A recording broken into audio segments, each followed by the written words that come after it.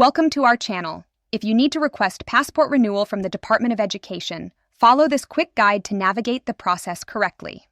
Step 1.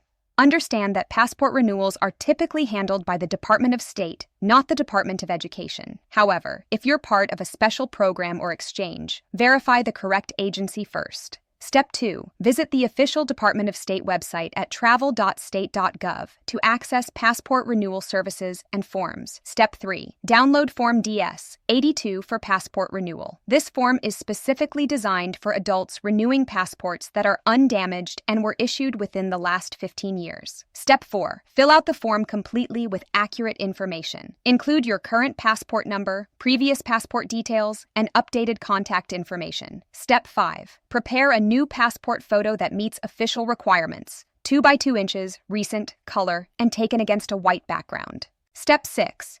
Gather your current passport and any supporting documents required for your specific situation. Step 7. Calculate the renewal fee and prepare payment by check or money order made payable to U.S. Department of State. Step 8. Mail your complete application package to the address specified on the form instructions. Processing typically takes 8 to 11 weeks for routine service.